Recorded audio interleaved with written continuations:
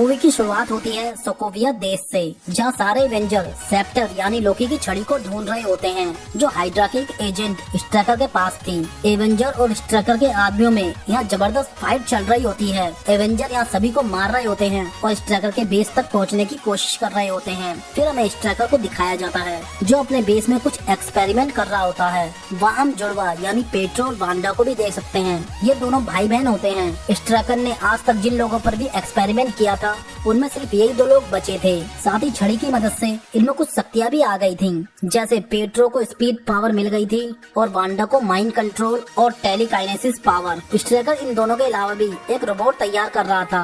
फिर iron man उस base के अंदर चला जाता है और स्ट्राइकर के आदमियों को मारकर उसके कंप्यूटर से सारी जानकारी ले लेता है। फिर उसे यहाँ एक खुफिया जगह मिलती है जहाँ उसे छड़ी दिखती है, लेकिन तभी पीछे से वांडा आ जाती है और उसके दिमाग में उसके डर को पैदा कर देती है। और उसका सबसे बड़ा डर होता है कि एलियन दोबारा धरती पर आएंगे और सब कुछ खत्म कर देंगे।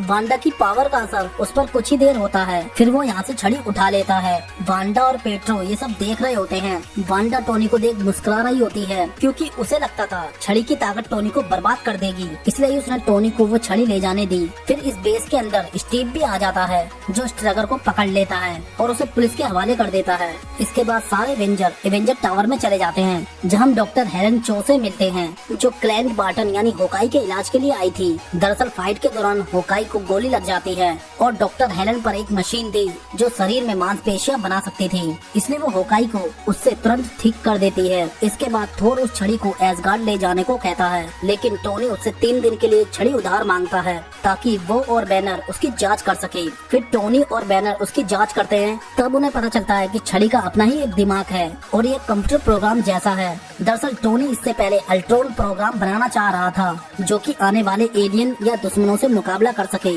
जिससे एवेंजर फ्री हो जाएं और अल्ट्रॉन उनकी जगह ले सके। लेकिन उसके पास इतना डाटा स्टोर कर सके उतना पावरफुल प्रोग्रामर नहीं था। जारविस भी इतना पावरफुल नहीं था जितना छड़ी का ये एडवांस एआई प्रोग्रामर था। अब टोनी के पास एडवांस एआई प्रोग्रामर आ चुका था, इसलिए टोनी और ब्रूस दोनों अल्ट्रॉन बनाने के काम में लग जाते हैं। वो लगातार 3 दिनों तक काम करते हैं और इसके बारे में किसी को भी नहीं बताते। अल्ट्रॉन अब लगभग तैयार हो चुका था, लेकिन अभी भी इसमें थोड़ा सा काम बाकी था। इसके बाद ये अल्ट्रॉन के काम को अधूरा छोड़ पार्टी में चले जाते हैं जहाँ एवेंजर की जीत की पार्टी चल रही होती है।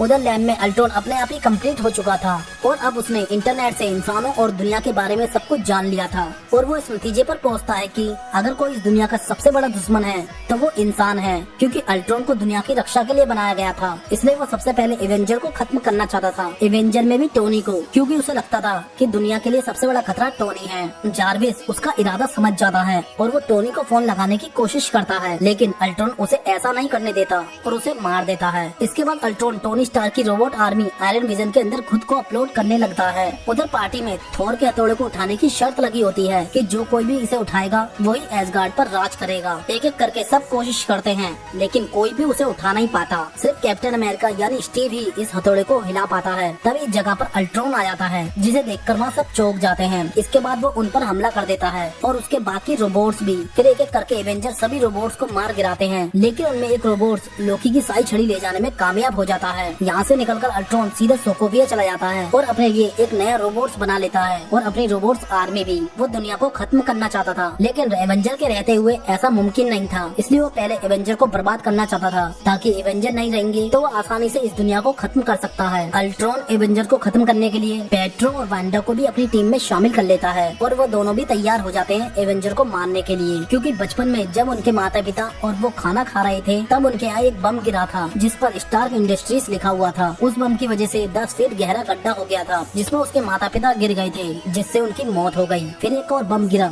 लेकिन वो फटा नहीं, जिसमें पेट्रो और वांडा 2 दिनों तक वहीं भूखे प्यासे बैठे हुए थे और इन सब का जिम्मेदार वो टोनी को समझते थे, इसलिए वो उससे नफरत करते थे। उधर थोर और स्टीव टोनी पर ब्लेम कर रहे होते हैं कि उन्हें क्यों नहीं बताया गया और टोनी की वजह से ही छड़ी अल्ट्रॉन के पास है। फिर उन्हें पता चलता है कि अल्ट्रॉन ने स्ट्राइकर को मार दिया है। अल्ट्रॉन ने ऐसा इसलिए किया था क्योंकि स्ट्राइकर इसके प्लान के बारे में जानता था। फिर इन सबको भी पता चल जाता है कि अल्ट्रॉन वाइब्रेनियम की तलाश कर रहा है और इसलिए अब वो यूलिसिस क्लो के पास जाएगा जो एक चोर था और जिसके पास वकांडा से चुराया हुआ बहुत वाइब्रेनियम होता है। इसके बाद अल्ट्रॉन, पेट्रो और वांडा ये तीनों यूलियस किलो के पास चले जाते हैं जो एक जहाज पर होता है। अल्ट्रॉन उससे सारा वाइब्रेनियम खरीद लेता है और तभी जगह पर एवेंजर की पूरी टीम आ जाती है। फिर इन तीनों और एवेंजर में फाइट शुरू हो जाती है। टोनी और अल्ट्रॉन लड़ते लड़ते इस जहाज से बाहर चले जाते हैं। इसके बाद जहाज पर सभी एवेंजर अल्ट्रॉन और किलो के आदमियों को मार गिराते हैं। तभी वांडा नताशा, थोर और स्टीव के दिमाग को मैनिपुलेट कर देती है जिससे सब पुरानी दुनिया में खो जाते हैं। लेकिन वो जैसे ही होकाई को मैनिपुलेट करने की कोशिश करती है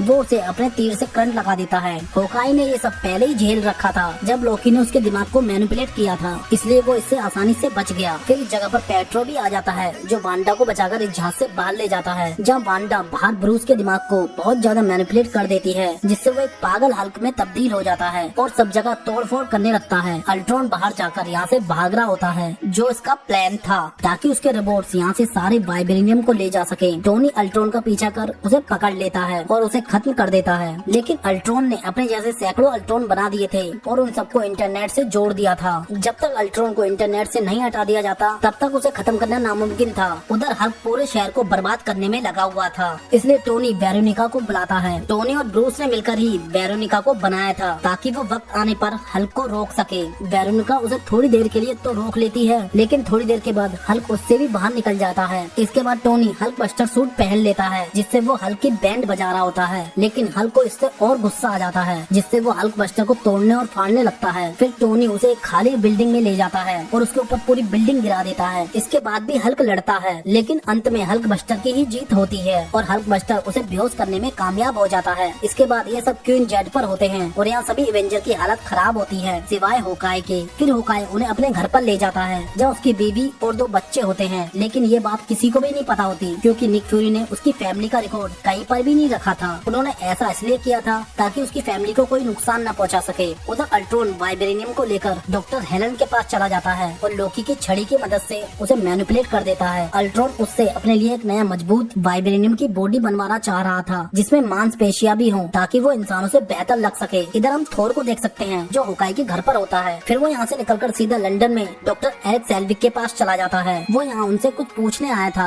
जो उसे वांडा ने दिखाया था। फिर वो दोनों वाटर ऑफ साइड्स नाम की जगह पर जाते हैं। जब थोर उस तालाब में चला जाता है तब उसे वहाँ 4 इन्फिनिटी स्टोन दिखते हैं। साथ ही वो देखता है एसगार्ड को नष्ट होते हुए। फिर वो सपने में एक नए इंसान का जन्म होते हुए भी देखता है। इसके बाद हम होकाई के घर पर टोनी और स्टीव को देखते हैं जो लकड़ियाँ काटते हुए बातें कर रहे होते हैं। तभी वहाँ होकाई की वाइफ आ जाती है और टोनी से अपने ट्रैक्टर को देखने को कहती है जो गैरेज में खड़ा था। फिर टोनी जैसे ही गैरेज में जाता है उसे वहाँ निक फ्यूरी मिलते हैं जो यहाँ एवेंजर की मदद करने आए थे। फिर निक फ्यूरी सबको बताते हैं कि अल्ट्रॉन अपने लिए उस वाइब्रेनियम से कुछ बना रहा है और वो किसी कोड की तलाश कर रहा है और वो कोड परमाणु बम का कोड है, लेकिन कोई उसे ऐसा करने से रोक रहा है। तभी बैनर समझ जाता है कि वो अपने लिए एक रोबोट बना रहा है जो वाइब्रेनियम का होगा, जो बहुत मजबूत और हम सबसे ज्यादा शक्तिशाली होगा और वो अपने आप को विकसित कर रहा है। निक फ्यूरी यहाँ इन सबको एक करने आए थे। फिर स्टीव नताशा और होकाई को लेकर डॉक्टर हेलन की लैब की ओर चला जाता है। वहीं टोनी ओस्लो चाहता है उसका पता लगाने जो उनकी मदद कर रहा था कोड को चेंज करके। इसके बाद हमें डॉक्टर हेलन चो को दिखाया जाता है जिन्होंने अल्ट्रॉन का विकसित रूप बना दिया था वाइब्रेनियम और मांसपेशियों को मिलाकर। फिर अल्ट्रॉन उस छड़ी के ऊपरी हिस्से को तोड़ देता है और उससे एक पत्थर निकलता है जिसका नाम माइंड स्टोन होता है और वो उसे अल्ट्रॉन के सर पर लगा देता है। फिर अल्ट्रॉन अपना प्रोग्राम उस नए अल्ट्रॉन में अपलोड करने में लग जाता है। तभी इस जगह पर वांडा और पेट्रो आ जाते हैं। वांडा अल्ट्रॉन का दिमाग तो नहीं पढ़ पाई थी क्योंकि वो एक रोबोट था, लेकिन इस नए अल्ट्रॉन में मांसपेशियां थी और इसका दिमाग भी विकसित हो रहा था। वांडा जैसे ही इसे छूती है उसे पता चल जाता है कि इसका मकसद क्या है और वो गलत इंसान या रोबोट का साथ दे रही है। फिर वो अपनी शक्ति से डॉक्टर हेलन को अल्ट्रॉन के जाल से मुक्त कर देती है। तभी डॉक्टर हेलन इस अपलोडिंग को रोक देती है। पेट्रो वांडा को लेकर यहाँ से भाग जाता है। अल्ट्रॉन डॉक्टर हेलन पर हमला कर देता है जिससे वो घायल हो जाती है। इसके बाद अल्ट्रॉन मशीन लेकर इस जगह से एक ट्रक में निकल जाता है जिसके अंदर न्यू अल्ट्रॉन होता है। फिर जगह पर स्टीव भी आ जाता है। डॉक्टर हेलन उसे सब बता देती है। इसके बाद स्टीव उस ट्रक के ऊपर छलांग लगा देता है जिससे अल्ट्रॉन को अपलोडिंग छोड़कर ट्रक से बाहर आना पड़ता है। फिर उन दोनों में फाइट शुरू हो जाती है। इसके बाद यहाँ नताशा भी आ जाती है अपनी बाइक लेकर। वो सीधा उस ट्रक में चली जाती है। फिर हमें वांडा और पेट्रो को दिखाया जाता है जो स्टीव और अल्ट्रॉन की फाइट को टीवी पर देख रहे होते हैं। इसके बाद वो एवेंजर की मदद करने की सोचते हैं। फाइट के बीच स्टीव अल्ट्रॉन को लेकर एक ट्रेन में गिर जाता है जिससे अल्ट्रॉन उस ट्रेन के ड्राइवर को मार देता है और वहाँ से चला जाता है। वांडा अपनी पावर का यूज करके उस ट्रेन को रोक देती है। दूसरी तरफ नताशा उस ट्रक में होती है जिसे अल्ट्रॉन के रोबोट्स उड़ा के ले जा रहे होते हैं। फिर नताशा उस मशीन को क्वीन जेट में जैसे ही डालती है उसे पीछे से अल्ट्रॉन पकड़ लेता है, लेकिन मशीन क्वीन जेट में होकाई के पास पहुंच जाती है और वो इसे लेकर टोनी के पास चला जाता है। उधर हेडक्वार्टर में टोनी और बैनर होते हैं। टोनी बैनर से कहता है जारविस अभी जिंदा है और वही परमाणु कोड को बार बार बदल रहा था। जब अल्ट्रॉन ने उस पर हमला किया तो वो बिखर गया था और कहीं जाके किसी फाइल में छुप गया था, जिससे अल्ट्रॉन को लगा कि वो मर गया, लेकिन टोनी ने इसे दोबारा बनाया तो वो वापस आ गया। इसके बाद टोनी बैनर से अल्ट्रॉन के अंदर जारविस के प्रोग्राम को डालने को कहता है। वो भी तैयार हो जाता है। फिर वो दोनों जारविस के प्रोग्राम को अपलोड करने में लग जाते हैं। वो तकरीबन 97% अपलोड कर चुके होते हैं। तभी यहाँ स्टीव आ जाता है और उनसे ये सब बंद करने को कहता है, लेकिन टोनी और बैनर ऐसा करने से मना कर देते हैं। तभी इनमें लड़ाई शुरू हो जाती है। फिर इस जगह पर थोर आ जाता है और अपनी बिजली से उस मशीन को चार्ज कर देता है, जिससे जारविस बाहर आ जाता है, लेकिन उसका नाम जारविस नहीं विजन होता है। सबको लगता है कि इसे अल्ट्रॉन ने बनाया है, इसलिए ये बुरा है और वो आपस में बहस करने लगते हैं। इसी बीच विजन अपनी सफाई दे रहा होता है। तभी विजन थोर का थोड़ा उठा लेता है। तब सबको यकीन हो जाता है कि ये अच्छा इंसान है और बहुत ताकतवर भी। वो ऐसा इसलिए कर पाया क्योंकि उसके पास माइंड स्टोन होता है। इधर होकाई ने नताशा का पता लगा लिया था जो सोकोविया में थी और वहीं अल्ट्रॉन भी था, इसलिए सारे एवेंजर सोकोविया जाने की तैयारी करते हैं, जिसमें वांडा, पेट्रो और विजन भी शामिल होते हैं। लेकिन सोकोविया में लड़ाई करने से पहले उन्हें सोकोविया को खाली करवाना था, इसलिए वांडा और पेट्रो ये काम बखूबी करने लग जाते हैं। फिर ये सारे एवेंजर सोकोविया पहुंच जाते हैं। ब्रूस नताशा को ढूंढ लेता है और उसे बाहर निकाल लेता है। ब्रूस नताशा से इस लड़ाई से दूर चलने के लिए कहता है, लेकिन नताशा उसे किस करती है और नीचे खाई में धक्का दे देती है, जिससे ब्रूस हल्क बन जाता है। इसके बाद इस जगह पर विजन भी आ जाता है, जो अल्ट्रॉन को पकड़कर उसे इंटरनेट से मिटा देता है, जिससे वो दोबारा भाग ना सके। और बाकी के सारे एवेंजर लोगों को उन रोबोट से बचाते हैं जो अल्ट्रॉन ने बनाए थे। अल्ट्रॉन ने सारे वाइब्रेनियम से एक मशीन बनाई थी, फिर उस मशीन को उसने चालू कर दिया था, जिससे पूरा शहर आसमान में उड़ने लगा था। उसने ऐसा इसलिए किया क्योंकि जारविस ने उसे परमाणु बम का कोड नहीं लेने दिया था। उसका पहले प्लान दुनिया पर परमाणु बम छोड़ने का था, लेकिन अब उसे वो बदलना पड़ा। इसलिए उसने सोकोविया में मशीन बनाई थी ताकि वो इस शहर को बहुत ऊपर ले जाकर छोड़ दे, जिससे पूरी पृथ्वी एक ही बार में खत्म हो सके। इसके बाद निक फ्यूरी अपना एयरक्राफ्ट लेकर आ जाते हैं, जिसमें बहुत सारी लाइफ बोट होती हैं ताकि यहाँ के लोगों को आसानी से बाहर निकाला जा सके। इसके बाद सारे लोग उस एयरक्राफ्ट पर जाने लगते हैं। रोडी भी अपनी वॉर मशीन के साथ यहाँ आ जाता है और अल्ट्रॉन के रोबोट्स पर हमला शुरू कर देता है। इधर सारे एवेंजर उस मशीन की रक्षा करते हैं, क्योंकि अगर अल्ट्रॉन दोबारा उस मशीन के पास पहुँच जाता